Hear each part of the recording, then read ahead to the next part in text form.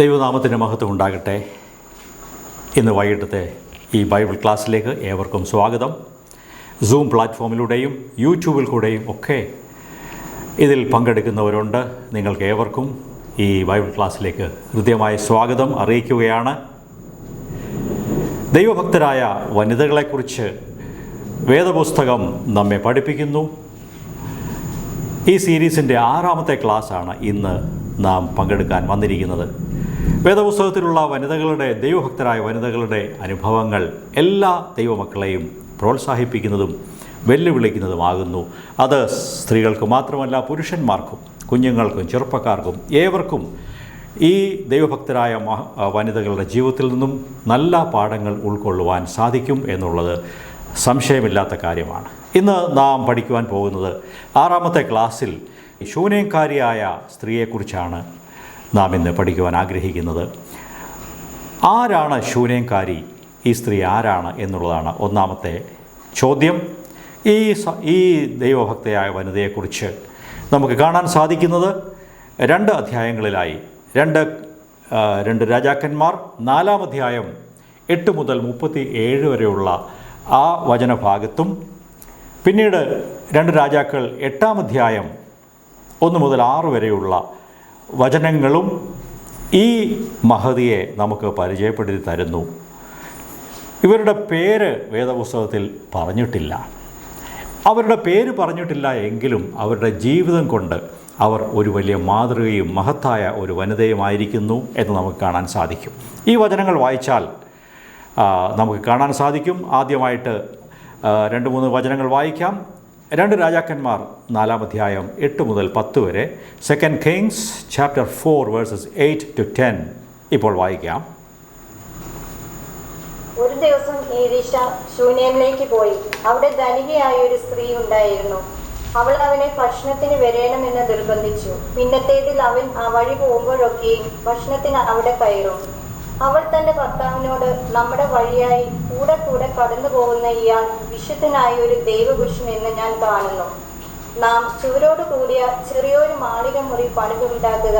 അതിൽ അവനൊരു കട്ടിലും ഒരു മേശയും ഒരു നാൽക്കാലിയും ഒരു നിലവിളക്കും വെക്കുക. അവൻ നമ്മുടെ അടുക്കൽ വരുമ്പോൾ അവൻ അവിടെ കയറി പാർക്കാമല്ലോ എന്ന് പറഞ്ഞു. ഈ ഭാഗത്ത് ശൂനേംകാരി ആരാണ് എന്ന് നമുക്ക് കാണാൻ സാധിക്കുന്നു. അവർ ധനികയായ ഒരു കുടുംബത്തിലെ ഒരു അംഗമായിരുന്നു എന്ന് ആദ്യം തന്നെ പറയുന്നു. അവൾ ശൂനേം എന്ന ദേശത്ത് എന്ന ഒരു ചെറിയ പട്ടണത്തിൽ താമസിച്ചിരുന്നു.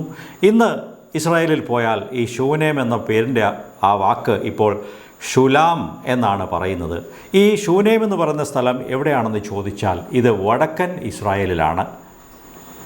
വടക്കൻ ഇസ്രായേലിൽ കർമേൽ പർവ്വതത്തിനും, അതായത് പടിഞ്ഞാറ് വശത്ത് കർമേൽ പർവ്വതവും കിഴക്ക് വശത്ത് യോർദാൻ നദിയും അതിൻ്റെ ഒരു ഏതാണ്ട് മധ്യഭാഗത്തുള്ള ഒരു ചെറിയ പട്ടണമായിരുന്നു ശൂനേം. അവിടെയാണ് ഇവർ പാർത്തിരുന്നത് എന്ന് നമുക്ക് മനസ്സിലാക്കാൻ സാധിക്കും. ഇവർ ഒരുപക്ഷെ മധ്യവയസ്കയായ ഒരു സ്ത്രീ ആയിരുന്നു. അവരുടെ ഭർത്താവ് കുറച്ചുകൂടെ പ്രായം ചെന്ന ഒരു വൃദ്ധനായ മനുഷ്യനുമായിരുന്നു. അവർക്ക് മക്കൾ ഉണ്ടായിരുന്നില്ല എന്നാണ് തിരുവെഴുത്ത് നമ്മോട് പറയുന്നത്. ഈ സ്ത്രീയെക്കുറിച്ച് പറഞ്ഞാൽ അവൾ വളരെ ആതിഥ്യ മര്യാദയുള്ള, അതിഥികളെ സ്വീകരിക്കുവാൻ നല്ല മനസ്സുള്ള ഒരു സ്ത്രീയായിരുന്നു. എന്ന് മാത്രമല്ല, തൻ്റെ വീടിൻ്റെ മുമ്പിൽ കൂടെയുള്ള വഴിയിൽ കൂടെ കടന്നു പോകുന്ന, കർമ്മേലിലേക്കും തിരിച്ചും ഒക്കെ പോകുന്ന ഈ പ്രവാചകനായ ഏലീശയെ കണ്ടപ്പോൾ, പലപ്പോഴും കണ്ടിട്ടുണ്ട്, അവൾക്ക് മനസ്സിലായി ഇദ്ദേഹം ദൈവഭക്തനായ ഒരു മനുഷ്യനാകുന്നുവെന്ന്. അതുകൊണ്ട് അദ്ദേഹത്തെ തൻ്റെ വീട്ടിലേക്ക് ഭക്ഷണം കഴിക്കുവാൻ ഈ സ്ത്രീ ക്ഷണിച്ചു, നിർബന്ധിച്ച് ഭക്ഷണം കഴിപ്പിക്കുന്നു. ഇനിയും ദേവദാസൻ ഈ വഴി വരുമ്പോഴൊക്കെയും ഞങ്ങളുടെ വീട്ടിൽ വരണമേ, ഇവിടുന്ന് ഭക്ഷണം കഴിച്ചിട്ടേ പോകാവൂ എന്നൊക്കെ തൻ്റെ ആതിഥ്യ മര്യാദ ഉപയോഗിച്ച് പ്രവാചകനെ അവൾ അനുഗ്രഹിക്കുകയാണ് ചെയ്തിട്ടുള്ളത്.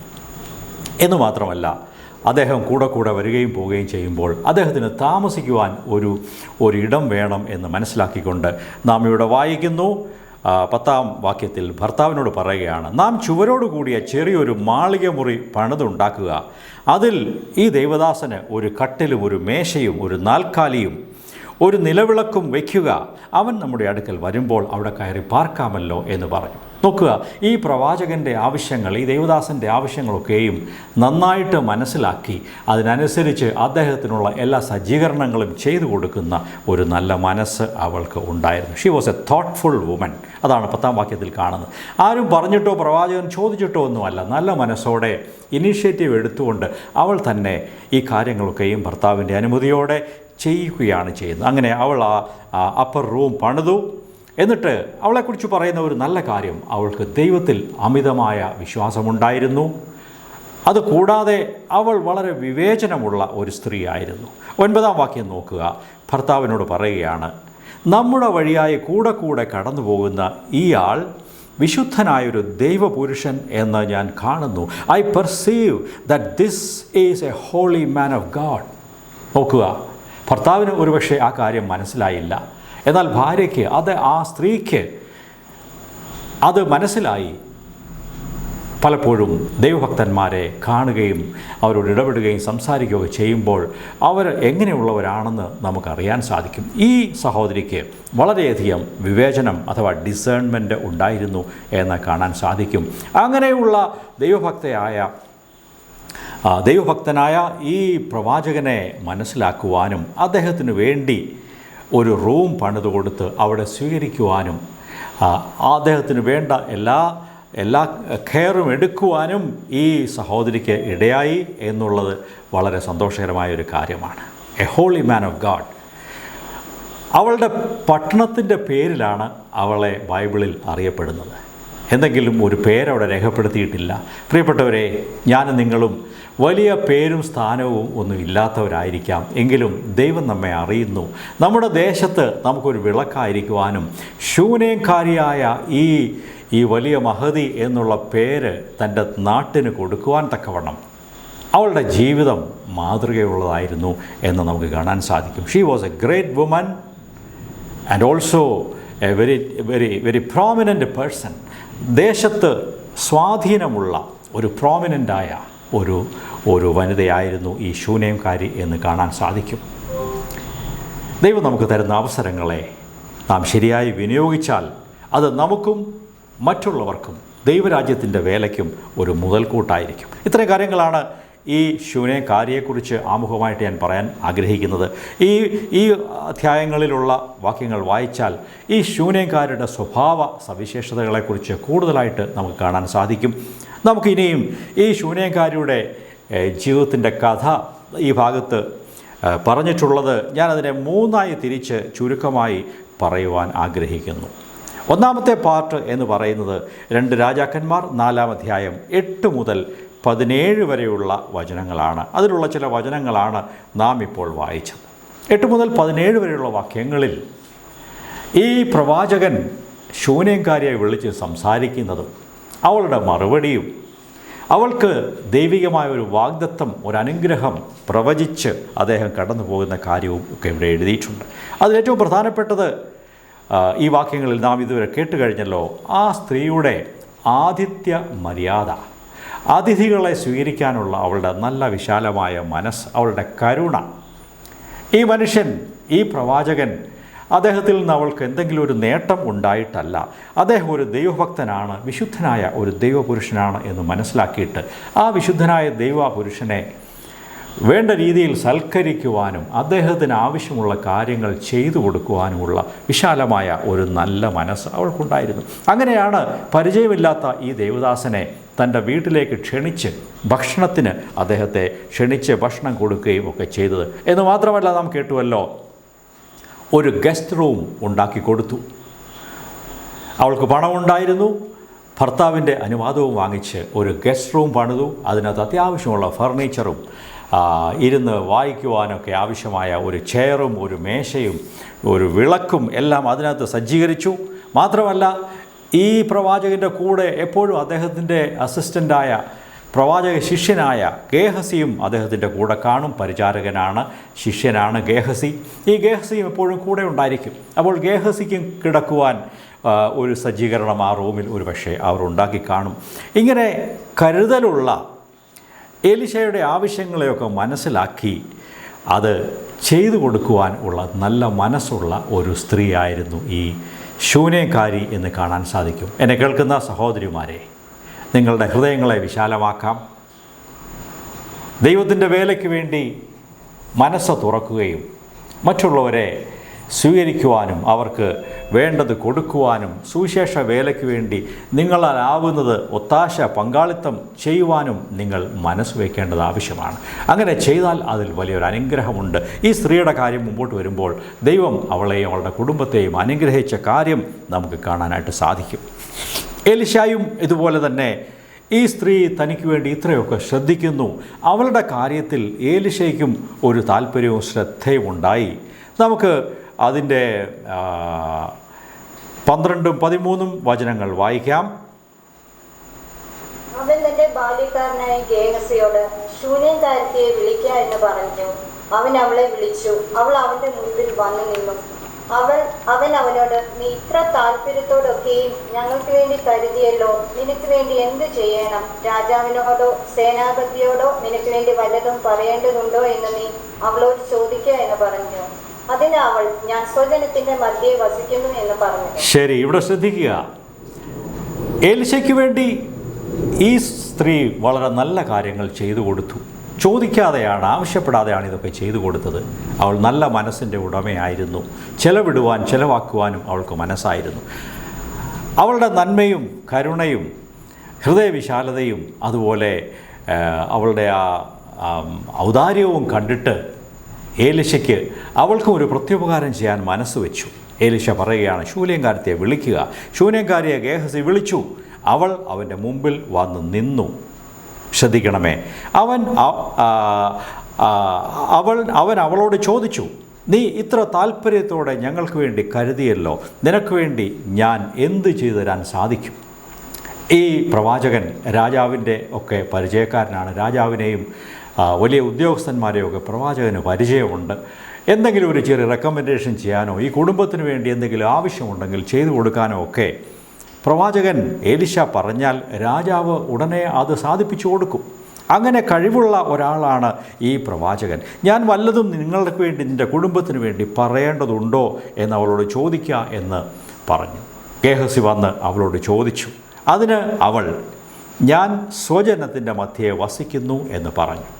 നോക്കുക, ഇവിടെ ശൂന്യക്കാരത്തിയുടെ സ്വഭാവ സവിശേഷത, അവൾ വളരെ തൃപ്തിയുള്ള, ദൈവം തന്നിരിക്കുന്ന സാഹചര്യങ്ങളിൽ തൃപ്തിയുള്ളവളായിരുന്നു. ഷീ വാസ് കണ്ടൻറ്റ്, വളരെ സംതൃപ്തിയുള്ള ഒരു ജീവിതത്തിൻ്റെ ഉടമയായിരുന്നു. എനിക്ക് ഇന്നതൊക്കെ വേണം, അത് വേണം, ഇത് വേണം, ഇന്നതൊക്കെ കിട്ടിയാൽ കൊള്ളാം, ഇങ്ങനെ കുറച്ച് കാര്യങ്ങളൊന്നും ആവശ്യപ്പെടാതെ ഞാൻ എൻ്റെ ജനത്തിൻ്റെ മധ്യേ ബന്ധുക്കളുടെ നടുവിൽ ഇവിടെ പാർക്കുന്നു. എനിക്ക് ആവശ്യമുള്ളതെല്ലാം ദേവദാസ ഉണ്ട്, ഇനിയും ഒന്നും ആവശ്യമില്ല എന്ന് ഉള്ള രീതിയിൽ അവൾ നല്ലൊരു മറുപടി കൊടുത്തു. നമ്മുടെ ജീവിതത്തെ നാം പരിശോധിച്ച് നോക്കണം. നാം ഈ ശൂന്യക്കാരത്തെ പോലെ തൃപ്തിയുള്ള, കണ്ടൻ്റായിരിക്കുന്ന ഒരു ജീവിതം നയിക്കുന്നവരാണോ? അവളുടെ ജീവിതം ഒരു മാതൃകയാണ്. അങ്ങനെയുള്ള നല്ല മറുപടി പറഞ്ഞപ്പോൾ പിന്നീട് അവളങ്ങ് പോയി. ഗേഹസിയോട് പ്രവാചകൻ ചോദിച്ചു, നമുക്ക് എന്ത് ചെയ്യാൻ കഴിയും? ഇവൾക്ക് എന്താണ് കുറവുള്ളത് എന്ന് ചോദിച്ചു. ഗേഹസി ഈ ശൂന്യക്കാരിയുടെ അവസ്ഥയെക്കുറിച്ച് അറിയാവുന്നവനായിരുന്നു. അദ്ദേഹം പ്രവാചകനോട് പറഞ്ഞു, ഗേഹസി പറഞ്ഞു, അവൾക്ക് മകനില്ലല്ലോ, അവളുടെ ഭർത്താവ് വൃദ്ധനുമാകുന്നു എന്ന് പറഞ്ഞു. അവളുടെ കുടുംബത്തിലെ അവളുടെ പ്രധാനപ്പെട്ട പ്രശ്നം, അവൾക്ക് പണമുണ്ട്, സമൂഹത്തിൽ സ്ഥാനവും വിലയും മാനവും ഒക്കെ ഉണ്ട്, എല്ലാ കാര്യങ്ങളുമുണ്ട്, ഇൻഫ്ലുവൻസ് ഉണ്ട്. എന്നാൽ അവൾക്ക് ഒരു കുറവുണ്ട് എന്ന് ഗേഹസി പ്രവാചകനോട് പറഞ്ഞു. അവൾക്ക് ഒരു മകനില്ല. ആ തലമുറയിൽ, ആ കാലഘട്ടങ്ങളിൽ മക്കൾ ഇല്ലാത്ത സ്ത്രീകളുടെ അവസ്ഥ വളരെ ദയനീയമായിരുന്നു. അവർ സമൂഹത്തിൽ നിന്ദിതരാണ്. അതൊരു ശാപം കിട്ടിയ അവസ്ഥയായിട്ടാണ്, ശപിക്കപ്പെട്ട അവസ്ഥയായിട്ട് പൊതുജനം വിചാരിച്ചിരുന്നു. അപ്പോൾ ഈ ശൂന്യക്കാരത്തെ സംബന്ധിച്ച് അവളുടെ ഉള്ളിൽ വളരെ വേദനയും സങ്കടവും പ്രയാസവും അവൾക്കുണ്ട്. തൻ്റെ ദുഃഖം അവൾ മനസ്സിൽ ഒതുക്കിക്കൊണ്ട് സംതൃപ്തിയോടെ, വെളിയിൽ സന്തോഷത്തോടെ അവൾ നടന്നു വന്നു. എങ്കിലും അവളുടെ ഉള്ളിൽ ഒരു വലിയ വേദന ഉണ്ടായിരുന്നു. എനിക്കൊരു മകനില്ലല്ലോ, അടുത്ത തലമുറ ഇല്ലല്ലോ എന്നുള്ള ഒരു ഭാരം അവൾക്ക് ഉണ്ടായിരുന്നു. ദൈവമക്കളെ, നമ്മുടെ ജീവിതത്തിൽ നമുക്ക് പല സങ്കടങ്ങളും പ്രയാസങ്ങളും ഉണ്ടായിരിക്കും. പക്ഷേ അതൊക്കെയും ദൈവത്തിനറിയാം. ഇവിടെ ഗേഹസി പറഞ്ഞപ്പോൾ ആ കാര്യം പ്രവാചകന് മനസ്സിലായി. വീണ്ടും പറഞ്ഞു, അവളെ വിളിക്ക എന്ന് പറഞ്ഞു. അവൻ അവളെ വിളിച്ചപ്പോൾ അവൾ വാതിൽക്കൽ വന്ന് നിന്നു. പ്രവാചകൻ അവളോട് പറയുന്നതാണ്. 16-ാം വാക്യം വായിക്കാം. അപ്പോൾ അവൻ, വരുന്ന ആണ്ടിൽ ഈ സമയമാകുമ്പോഴേക്കും നീ ഒരു മകനെ അണച്ചുകൊള്ളും എന്ന് പറഞ്ഞു. അതിന് അവൾ, അല്ല ദൈവപുരുഷനായ എൻ്റെ യജമാനെ, അടിയനോട് ഭോഷ്ക് പറയരുതേ എന്ന് പറഞ്ഞു. നമുക്ക് അടുത്ത വാക്യം കൂടെ വായിക്കാം. 17-ാം വാക്യം. ആ സ്ത്രീ ഗർഭം ധരിച്ച് പിറ്റേ ആണ്ടിൽ എലീശ അവളോട് പറഞ്ഞ സമയത്ത് തന്നെ ഒരു മകനെ പ്രസവിച്ചു. നോക്കുക, ഈ സ്ത്രീ തൻ്റെ ആവശ്യങ്ങളൊന്നും പ്രവാചകനോട് അങ്ങോട്ട് പറഞ്ഞില്ല. പ്രവാചകൻ അത് ചോദിച്ചറിഞ്ഞു. പ്രവാചകൻ അവൾക്ക് ഒരു വാഗ്ദത്തം കൊടുത്തു. ദൈവത്തിൽ നിന്നുള്ള ഒരു പ്രോമിസ്, ഒരു വചനം അവൾക്ക് കൊടുത്തു. വരുന്ന വർഷം, അടുത്ത ആണ്ടിൽ ഈ സമയമാകുമ്പോൾ നീ ഒരു മകനെ അണച്ചുകൊള്ളും, ഒരു മകനെ താലോലിക്കും, നിനക്കൊരു മകൻ ജനിക്കും എന്നുള്ള ദൈവത്തിൻ്റെ ഒരു സന്ദേശം വിശ്വാസത്താൽ എലീശ അവളോട് പറഞ്ഞു. അവൾക്കത് വിശ്വസിക്കാൻ കഴിഞ്ഞില്ല. അവൾ പറയുകയാണ്, അയ്യോ ദൈവദാസ, അടിയനോട് ഭോഷ്ക് പറയരുതേ, എന്നെ ഇങ്ങനെ പറഞ്ഞ് കളിയാക്കരുതേ എന്നൊക്കെയാണ് അതിൻ്റെ ആശയം. അവൾക്കൊട്ടും അത് വിശ്വസിക്കാൻ കഴിയുന്നില്ല. തനിക്ക് ഇനി ഒരു മകൻ ജനിക്കുമോ എന്നവൾക്ക് വിശ്വസിക്കാൻ കഴിയുന്നില്ല. എന്നാൽ ദൈവം പറഞ്ഞതുപോലെ, പ്രവാചകൻ പറഞ്ഞതുപോലെ സംഭവിച്ചു. അവൾ അടുത്ത വർഷം അവൾക്ക് ഒരു കുഞ്ഞ് ജനിച്ചു എന്ന് നമുക്ക് കാണാനായിട്ട് സാധിക്കും. ഇതാണ് ഈ സ്ത്രീയുടെ കഥയുടെ ഒന്നാം ഭാഗം. രണ്ടാം ഭാഗം എന്ന് പറയുന്നത് 20-ാം വാക്യം മുതലാണ്. നമുക്ക് വായിക്കാം. അതിൻ്റെ 18 മുതലുള്ള വാക്യങ്ങൾ. ബാലൻ വളർന്നപ്പോൾ ഒരു ദിവസം അവൻ കൊയ്ത്തുകാരോടുകൂടെ ഇരുന്ന് തൻ്റെ അപ്പൻ്റെ അടുക്കൽ ചെന്നു. അവൻ അപ്പനോട്, എൻ്റെ തല എന്ന് പറഞ്ഞു. അവനൊരു ബാല്യക്കാരനോട്, ഇവനെ എടുത്ത് അമ്മയുടെ അടുക്കൽ കൊണ്ടുപോവുക എന്ന് പറഞ്ഞു. 20-ാം വാക്യം വായിക്കാം. അവൻ അവനെ എടുത്ത് അവന്റെ അമ്മയുടെ അടുക്കൽ കൊണ്ടുചെന്നു. അവൻ ഉച്ചവരെ അവളുടെ മടിയിൽ ഇരുന്ന ശേഷം മരിച്ചുപോയി. ഈ കുഞ്ഞ് മരിച്ചുപോയി. അതാണ് അടുത്ത് അവളുടെ ജീവിതത്തിൽ വന്ന വലിയൊരു ദുരന്തം എന്ന് പറയുന്നത്. ഈ മകൻ മരിച്ചുപോയി. 4-5 വയസ്സ് കാണും, ഒരു ചെറിയ പൈതലാണ്. എന്നാൽ അവൾ എന്ത് ചെയ്തു എന്ന് നോക്കുക. ഇവിടെ തുടർന്ന് വായിച്ചാൽ വളരെ വേഗം ആ കുഞ്ഞിൻ്റെ മരണത്തിങ്കൽ കുഞ്ഞിനെ എടുത്ത് അവൾ കുഞ്ഞിനെ ഏലിശായുടെ കിടക്കയിൽ കൊണ്ട് കിടത്തി എന്ന് പറയുന്നു. 21-ാം വാക്യത്തിൽ അത് എഴുതിയിരിക്കുന്നു. ദൈവപുരുഷൻ്റെ കട്ടിലിന്മേൽ കുഞ്ഞിനെ കിടത്തി. എന്നിട്ട് അവൾ വേഗം ഭർത്താവിനോട് അനുവാദം വാങ്ങിക്കൊണ്ട് പ്രവാചകൻ്റെ വീട്ടിലേക്ക് കഴുതപ്പുറത്ത് കയറി വേഗം പോവുകയാണ് ചെയ്യുന്നത്. പ്രവാചകൻ്റെ അടുത്ത് ചെന്നപ്പോൾ പ്രവാചകന് മനസ്സിലായില്ല. സംസാരിച്ചു. നമുക്ക് ആ ഭാഗം വായിച്ചാൽ അത് അറിയാൻ പറ്റും. പ്രവാചകൻ ആദ്യം ഗേഹസി അയച്ചു. ഗേഹസി പോയി എൻ്റെ വടി കുഞ്ഞിൻ്റെ മുഖത്ത് വയ്ക്കുക, അവനെന്തെങ്കിലും അവന് മെച്ചമുണ്ടാകുമെന്നുള്ളതിലേക്ക് പറഞ്ഞു. എന്നാൽ ആ സ്ത്രീ പറഞ്ഞു, പ്രവാചകനായ ദൈവപുരുഷ, ഞാൻ നിന്നെ വിടുകയില്ല, നീ തന്നെ വന്നേ പറ്റൂ, അവിടുന്ന് വരണം, എൻ്റെ കുഞ്ഞിനെ സഹായിക്കണം എന്ന് പറഞ്ഞു. അങ്ങനെ അവളുടെ ആ പെർസിസ്റ്റൻസ്, അവൾ വിശ്വാസത്തിൽ പിടിച്ചു നിന്നു. ഞാൻ നിന്നെ വിട്ടു പോവുകയില്ല, നീ എൻ്റെ കൂടെ വന്നേ പറ്റൂ എന്ന് പറഞ്ഞു. അവളുടെ വിശ്വാസം വളരെ ബലവത്തായ വിശ്വാസമായിരുന്നു. നാം ലൂക്കോസിൻ്റെ സുവിശേഷം 18-ാം അധ്യായത്തിൽ ഒരു വിധവയായ സ്ത്രീയുടെ സ്ഥിരോത്സാഹത്തോടുകൂടിയുള്ള പ്രാർത്ഥനയെക്കുറിച്ച് നാം വായിക്കുന്നുണ്ട്.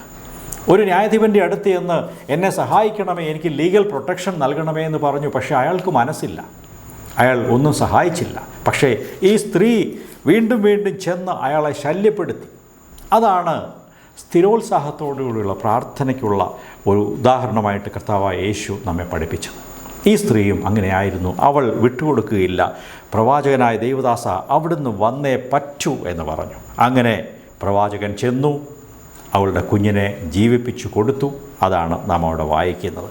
ഓക്കെ, നമുക്ക് 3-ാം ഭാഗത്തിലേക്ക് വരാം. ഈ കഥയുടെ 3-ാം ഭാഗം, അത് 8-ാം അധ്യായം 1 മുതൽ 6 വരെയുള്ള വചനങ്ങളിൽ അത് വായിക്കാൻ സാധിക്കും. 2 Kings chapter 8 verses 1 to 6. അതാണ് 3-ാം ഭാഗം. ഈ ഭാഗത്ത് ഞാൻ ചുരുക്കമായിട്ട് അത് പറയാം. പ്രവാചകൻ ഈ സ്ത്രീയുടെ വീട്ടിൽ വന്നിട്ട് അവളോട് പറഞ്ഞു, ദേശത്ത് 7 വർഷത്തേക്ക് വലിയ കഠിനമായ ക്ഷാമം ഉണ്ടാകാൻ പോവുകയാണ്. നീയും നിൻ്റെ കുടുംബവും മറ്റേതെങ്കിലും ദേശത്ത് പോയി പാർത്തുകൊള്ളുക, അല്ലെങ്കിൽ നിങ്ങൾക്ക് ഇവിടെ ജീവിക്കുവാൻ പ്രയാസമായിരിക്കും. അങ്ങനെ അവർ ഫെലിസ്ത്യ ദേശത്തേക്ക് പോയി. അവിടെ പോയി 7 വർഷം പാർത്തു. തിരികെ വന്നപ്പോൾ എന്ത് സംഭവിച്ചു? ഇവരുടെ വസ്തുവും വീടും എല്ലാം മറ്റാരോ കയ്യേറി. മറ്റാരോ പൊസസ് ചെയ്തു. ഇപ്പോൾ അവർക്ക് വന്നപ്പോൾ വീടില്ല. ഉടനെ അവൾ രാജാവിൻ്റെ അടുത്ത് ചെന്ന് അവളുടെ സങ്കടം പറഞ്ഞു, രാജാവേ, എന്നെ സഹായിക്കണമേ. അങ്ങനെ പറഞ്ഞുകൊണ്ടിരുന്നപ്പോൾ അവിടെ ഗേഹസി രാജാവിൻ്റെ അടുത്തുണ്ടായിരുന്നു. നമുക്കറിയാം, ഗേഹസി കുഷ്ഠരോഗിയായിട്ട് മാറി, എലീശായൊക്കെ വിട്ടുപോയി. ആ സംഭവം നമുക്കറിയാം. രാജാവിൻ്റെ അടുത്ത് എലീശായുടെ ചരിത്രമൊക്കെയും ഗേഹസി ഇങ്ങനെ പറഞ്ഞുകൊണ്ടിരിക്കുകയാണ്. അപ്പോൾ പറഞ്ഞു, ഗേഹസി രാജാവിൻ്റെ കാര്യം പറഞ്ഞു വന്നപ്പോൾ എലീശ പ്രവാചകൻ്റെ കാര്യം പറഞ്ഞു വന്നപ്പോൾ പറഞ്ഞു, ഇങ്ങനെ ഒരു സ്ത്രീ ഉണ്ടായിരുന്നു, അവളുടെ മകൻ മരിച്ചുപോയി, ഞാനും അതിന് സാക്ഷിയാണ്. എലീശ വന്ന് പ്രാർത്ഥിച്ചപ്പോൾ ആ കുഞ്ഞ് ജീവിച്ചു വന്നു എന്ന് പറഞ്ഞുകൊണ്ടിരുന്നപ്പോഴാണ് ഈ സ്ത്രീയും മകനും കൂടെ കയറി ചെല്ലുന്നത്. അപ്പോൾ ഗേഹസി പെട്ടെന്ന് അത്ഭുതപ്പെട്ട് പറഞ്ഞു, രാജാവേ, ഞാൻ പറഞ്ഞ സ്ത്രീയും മകനും ഇവർ തന്നെയാണ്. രാജാവ് പെട്ടെന്ന് അവരുടെ പ്രശ്നം കേട്ട് അതിനുടനെ തന്നെ ഓർഡറിട്ടു. ഇവളുടെ വസ്തുവും വീടും മറ്റ് കാര്യങ്ങളെല്ലാം മുൻകാല പ്രാബല്യത്തോടെ അതിൻ്റെ എല്ലാ വരുമാനം ഉൾപ്പെടെ അവൾക്ക് മടക്കി കൊടുക്കുവാൻ ഓർഡറിട്ടു. പ്രവാചകനെ, ദൈവദാസനെ അനുസരിച്ചതിൻ്റെ ഫലമായിട്ട് ദൈവം അവളുടെ ജീവിതത്തിൽ ഇടപെട്ട കാര്യമാണ് നമുക്ക് ഇവിടെ വായിക്കാൻ കഴിയുന്നത്. ഓക്കെ, നമുക്ക് വേഗം മുമ്പോട്ട് പോകാം. ഈ ശൂന്യക്കാരത്തിയുടെ ജീവിതത്തിൽ നിന്ന് 3 പ്രധാനപ്പെട്ട ലെസൺസ് നമുക്ക് പഠിക്കുവാൻ സാധിക്കും. അത് ഞാൻ ചുരുക്കമായിട്ട് പ്രസ്താവിക്കാം. വളരെ പ്രധാനപ്പെട്ട 3 ലെസൺസ് ഉണ്ട്. ഒന്ന്, ദൈവം ഉദാരമനസ്കരായിരിക്കുന്നവർക്ക്, കരുണ കാണിക്കുന്നവർക്ക് ദൈവം പ്രതിഫലം കൊടുക്കുന്നു എന്നുള്ളതാണ്. അത് ഈ ശൂന്യക്കാരത്തിയുടെ കഥയിൽ നിന്നും നമുക്ക് മനസ്സിലാകും. ഉദാരമായ ഒരു മനസ്സ്, ഔദാര്യമുള്ള, ദാനശീലമുള്ള, കൊടുക്കുവാനും ചെലവാക്കുവാനുമുള്ള ഈ സ്ത്രീയുടെ മനസ്സിനെ ദൈവം ആദരിച്ചു. അവളുടെ പ്രശ്നങ്ങൾക്കൊക്കെയും പരിഹാരമുണ്ടാക്കി. ഈ കാലത്ത് നോക്കിയാൽ ആളുകളൊക്കെയും കരുണയും ദയയും ഔദാര്യതയും ഉദാരതയും ഒന്നും ഇല്ലാത്തവരായിട്ടാണ് ഇന്ന് അനേകം ആളുകളെ കാണുന്നത്. അല്ലെങ്കിൽ വേറെ രീതിയിൽ പറഞ്ഞാൽ, പൊതുവെ ആളുകൾ സ്വാർത്ഥ മനസ്സുള്ളവരും സ്വാർത്ഥന്മാരും തങ്ങൾക്ക് വേണ്ടി എല്ലാം പിടിച്ചെടുക്കുവാൻ വ്യഗ്രത കാണിക്കുന്നവരുമാണ് പൊതുവെ. വിശ്വാസികളും ഈ കാര്യത്തിൽ പുറകോട്ടല്ല എന്ന് കാണാൻ സാധിക്കും. നമുക്ക് ഇതിൽ നിന്നും വലിയ പാഠങ്ങൾ പഠിക്കുവാനായിട്ടുണ്ട്. ദൈവമക്കളായ നാം ഓരോരുത്തരും അങ്ങനെ ആയിരിക്കരുത്.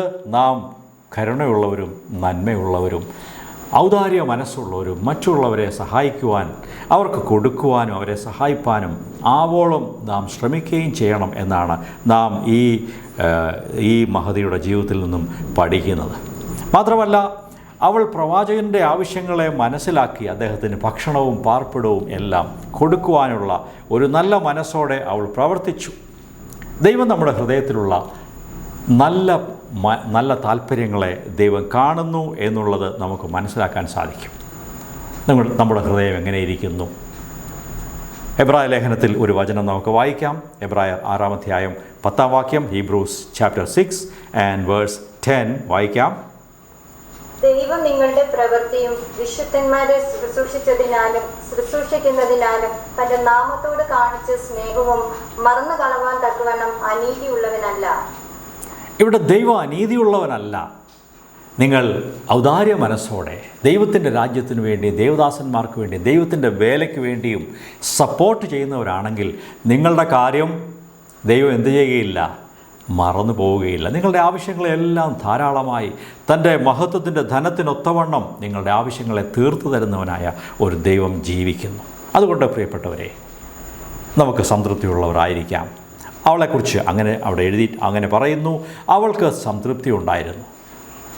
അവൾക്ക് വലിയ മോഹങ്ങളും ആഗ്രഹങ്ങളും ഇനിയെല്ലാം കിട്ടണം അങ്ങനെയുള്ള ആഗ്രഹമില്ല. പ്രവാചകൻ ചോദിച്ചു, ഞാൻ നിനക്ക് വല്ലതും സഹായം ചെയ്ത് തരണമോ, ഞാൻ റെക്കമെൻഡേഷൻ വല്ലതും ചെയ്യണമോ? അവൾ പറഞ്ഞു, ഒന്നും ആവശ്യമില്ല ദൈവദാസ, എനിക്ക് ആവശ്യമുള്ളതെല്ലാം ഉണ്ട്.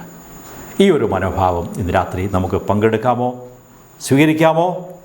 1 തിമോഥെയോസ് 6-ാം അധ്യായം 6-ാം വാക്യം കൂടെ വായിക്കാം. അലംഭാവത്തോട് കൂടിയ ദൈവഭക്തി വലുതായ ആദായം ആകുന്നു താനും. യെസ്, 1 Timothy 6 and verse 6 ആണ് നമ്മൾ വായിച്ചു കേട്ടത്. Godliness with contentment is great gain. സംതൃപ്തിയോടുകൂടിയ ദൈവഭക്തി വലിയ ആദായകരമായ ഒരു സംഗതിയാകുന്നു. എനിക്ക് വലിയ ആവശ്യങ്ങളൊന്നുമില്ല, എൻ്റെ കാര്യങ്ങളൊക്കെ സന്തോഷമായിട്ട് നടക്കുന്നു എന്നവൾ പറഞ്ഞു. എങ്കിലും അവളുടെ മനസ്സിൽ വലിയ വേദനയും ദുഃഖവും അപമാനഭാരവും ഒക്കെ ഉണ്ടായിരുന്നു. ഗേഹസി പ്രവാചകനോട് പറഞ്ഞു, അവൾക്ക് മകനില്ല, അവളുടെ പ്രയാസം അങ്ങനെ പ്രവാചകൻ മനസ്സിലാക്കി. ദൈവം നമ്മുടെ ആവശ്യങ്ങളെ മനസ്സിലാക്കുന്നു. ഒരുപക്ഷെ നാം നേരിട്ട് മറ്റുള്ളവരോട് കാര്യങ്ങൾ പറയുന്നില്ലെങ്കിൽ തന്നെ ദൈവം നമ്മുടെ കാര്യങ്ങളെ മനസ്സിലാക്കുന്നു. തക്ക സമയത്ത് ദൈവം മറുപടി നൽകുന്നവനാകുന്നു എന്ന് ഞാൻ ഓർമ്മിപ്പിക്കട്ടെ. നമ്മുടെ നല്ല മനസ്സ്, ഔദാര്യം, അതിനെ ദൈവം നിശ്ചയമായിട്ടും വിലമതിക്കും. അവളുടെ ഭർത്താവ് വൃദ്ധനായി വയസ്സ് ചെന്നവനാണ്. അവളും പ്രായം കടന്നവളാണ്. എന്നാൽ ദൈവം അവൾക്ക് ഈ വയസ്സാം കാലത്ത് ഒരു മകനെ നൽകി. അത്ഭുതകരമായ രീതിയിൽ അവളുടെ ആ ഔദാര്യ മനസ്സിനെ ദൈവം അതിനൊരു പ്രതിഫലം കൊടുത്തു. അടുത്ത വർഷം അവളൊരു കുഞ്ഞിനെ അണച്ചുകൊണ്ട് പ്രവാചകൻ്റെ മുമ്പിൽ നിൽക്കുന്നതായിട്ട് നമുക്ക് ഇമാജിൻ ചെയ്യാൻ കഴിയും. അവൾക്കൊരു മകനെ ദൈവം കൊടുത്തു. ദൈവം നമ്മുടെ നല്ല പ്രവൃത്തികൾക്കും നല്ല ഹൃദയത്തിനും അതിന് മറുപടി നൽകുന്നവനാണ്. ഇതാണ് ഈ സ്ത്രീയെക്കുറിച്ച്, ശൂനേംകാരിയെക്കുറിച്ച് പറയുമ്പോൾ ആദ്യത്തെ കാര്യം. ദൈവം നമ്മുടെ നല്ല മനസ്സിനെയും കരുണയെയും മറ്റുള്ളവരോടുള്ള സ്നേഹത്തെയും ഒക്കെ ദൈവം നിശ്ചയമായിട്ടും അതിന് പ്രതിഫലം നൽകും എന്ന് അവിടെ കാണാൻ സാധിക്കും. രണ്ടാമത്തെ കാര്യം, ഏത് പ്രശ്നങ്ങൾ വന്നാലും കാര്യങ്ങൾ ആദ്യം ദൈവത്തിൻ്റെ അടുത്ത് കൊണ്ടുചെല്ലുക, ദൈവത്തിൽ ശരണപ്പെടുവാൻ നാം പഠിക്കണം. അത് ഈ സ്ത്രീയുടെ ജീവിതത്തിൽ കാണാൻ സാധിക്കും. അവളുടെ ജീവിതത്തിൽ ഏറ്റവും വലിയ പ്രശ്നമുണ്ടായി. മകനെ സന്തോഷമായി സ്വീകരിച്ചു. 3, 4, 5 വയസ്സായി. വളരെ സന്തോഷമായി അവൾ ജീവിക്കുമ്പോൾ പെട്ടെന്ന് മകനെ ദൈവം തിരികെ എടുത്തു. അവൻ മരിച്ചുപോയി. നമ്മൾ ആ ഭാഗം വായിച്ചുവല്ലോ. ഇങ്ങനെയുള്ള പ്രയാസങ്ങളും പ്രതിസന്ധികളും വരുമ്പോൾ, ജീവിതത്തിൽ ക്രൈസിസ് വരുമ്പോൾ, പ്രതിസന്ധികൾ വരുമ്പോൾ, മകൻ മരിക്കുമ്പോൾ എന്താണ് നമ്മുടെ ആദ്യത്തെ പ്രതികരണം? What is our first response? ഇവരെ സംബന്ധിച്ച് ഒരു ട്രാജഡിയാണ് സംഭവിച്ചത്. ഒരു സങ്കടകരമായ കാര്യം സംഭവിച്ചു. എന്നാൽ അവൾ നിലവിളിക്കുകയോ ബഹളമുണ്ടാക്കുകയോ ഒന്നും ചെയ്യുന്നില്ല. ഭർത്താവിനോട് പോലും ഈ കാര്യം അവൾ പറയുന്നില്ല. ഞാൻ പോയി വരട്ടെ, പ്രവാചകനെ കണ്ടിട്ട് വരട്ടെ എന്ന് പറയുമ്പോൾ എന്തിനാ ഇപ്പോൾ പ്രത്യേകിച്ച് പോകുന്നത്? എന്താ പ്രശ്നം? അവൾ പറയുകയാണ്, എല്ലാം നന്നായിരിക്കുന്നു, ഓൾ ഈസ് വെൽ, പ്രശ്നമൊന്നുമില്ല. ഈ ഒരു മനോഭാവം പ്രതിസന്ധികളുടെ നടുവിലും ദുഃഖത്തിൻ്റെ നടുവിലും ഓൾ ഈസ് വെൽ, എല്ലാം ശുഭമായിരിക്കുന്നു എന്ന് പറയാൻ കഴിയുന്ന ഒരു കാഴ്ചപ്പാട് നമുക്ക് ഇവരിൽ നിന്നും സ്വീകരിക്കാൻ കഴിയും. എലീശായുടെ കിടക്കയിൽ അവനെ കിടത്തി. എന്നിട്ട് പ്രവാചകൻ്റെ അടുത്തേക്ക് അവൾ ഓടിച്ചെന്നു. അവിടെ ചെല്ലുമ്പോൾ ഗേഹസി ചോദിക്കുകയാണ്, എന്താ സഹോദരി വന്നത്? എന്തു പറ്റി? എല്ലാം നന്നായിരിക്കുന്നു, സുഖമാണോ? സുഖം തന്നെ എന്ന് പറഞ്ഞു. അതാണ് 2 രാജാക്കൾ 4-ാം അധ്യായം 26-ാം വാക്യം വായിക്കാം. സുഖം തന്നെയോ? ഭർത്താവ് സുഖമായിരിക്കുന്നുവോ? ബാലന് സുഖമുണ്ടോ എന്ന് അവളോട് ചോദിക്കണമെന്ന് പറഞ്ഞു. സുഖം തന്നെ എന്ന് അവൾ പറഞ്ഞു. സുഖം തന്നെ, ഓൾ ഈസ് വെൽ, എല്ലാം നന്നായിരിക്കുന്നു. പിന്നെയാണ് അവൾ കാര്യങ്ങൾ, അതും തുറന്നൊന്നും പറയുന്നില്ല, മകൻ മരിച്ചുപോയി എന്നൊന്നും പറയുന്നില്ല. അവൾ പ്രവാചകൻ്റെ അടുത്ത് ദുഃഖത്തോടെ നിന്നു. നീ വന്നേ പറ്റൂ എന്ന് പറഞ്ഞു. ഈ നല്ല മാതൃക നമുക്ക് കാണാനായിട്ട് സാധിക്കും. നമ്മുടെ ജീവിതത്തിൽ പ്രതിസന്ധികൾ വരുമ്പോൾ ദൈവത്തിന് നന്ദി പറയാൻ സാധിക്കുമോ? 1 തെസ്സലോനിക്കർ 5-ാം അധ്യായം 16 മുതൽ 18 വരെയും കൂടെ വായിക്കാം. 1 Thessalonians 5:16 onwards. എപ്പോഴും സന്തോഷിപ്പീൻ, ഇടവിടാതെ പ്രാർത്ഥിപ്പീൻ, എല്ലാറ്റിനും സ്തോത്രം ചെയ്യുവീൻ. ഇതല്ലോ നിങ്ങളെക്കുറിച്ച് ക്രിസ്തയേശുവിൽ ദൈവേഷ്ടം. എല്ലാറ്റിനും വേണ്ടി സ്തോത്രം ചെയ്യുവാൻ ദൈവം നമ്മോട് ആവശ്യപ്പെടുന്നു. ഈ സ്ത്രീയെ സംബന്ധിച്ച് പ്രതിസന്ധികളിൽ ദൈവത്തിലേക്ക് നോക്കാനും പ്രവാചകൻ്റെ അടുത്ത് ഓടിച്ചെല്ലാനും, അവളെ സംബന്ധിച്ച് പ്രവാചകൻ്റെ വാക്കുകളൊക്കെ ദൈവത്തിൻ്റെ വാക്കുകൾ പോലെ അവൾ വിലമതിച്ചിരുന്നു. അതുകൊണ്ടാണ് പ്രവാചകൻ്റെ അടുത്ത് ഓടിച്ചെന്നത്. മൂന്നാമത്തെ കാര്യം ഇവരെക്കുറിച്ച് പറയുമ്പോൾ, അനുസരണം വലിയ നന്മകളും അനുഗ്രഹങ്ങളും അത്ഭുതങ്ങളും കൊണ്ടുവരുന്നു എന്നുള്ളതാണ്. നാം ഒടുവിൽ കേട്ട കാര്യം അതാണ്. അവളോട് പ്രവാചകൻ പറഞ്ഞു, ക്ഷാമം വരാൻ പോകുന്നു എന്ന് പറഞ്ഞപ്പോൾ, നീ മറ്റൊരു രാജ്യത്ത് പോകുമെന്ന് പറഞ്ഞപ്പോൾ അവൾ ഒന്നും ചോദിക്കാതെ അതനുസരിച്ചു. സ്വന്തം ബുദ്ധിയിൽ വിവേകിയായിട്ട് പോകാതെ അവൾ അതനുസരിച്ചു എന്നിവിടെ കാണാൻ സാധിക്കും. അതിൻ്റെ ഫലമായി എന്ത് സംഭവിച്ചു? അവൾക്ക് നഷ്ടപ്പെട്ടതൊക്കെയും മടക്കി കിട്ടി. ദൈവം അത്ഭുതകരമായിട്ട് പ്രവർത്തിച്ചു. രാജാവിൻ്റെ മനസ്സിനോട് ഇടപെട്ടു. അവൾക്ക് എല്ലാം തിരികെ കിട്ടി. നമുക്ക് ദൈവത്തോട് നന്ദിയുള്ളവരായിരിക്കാം.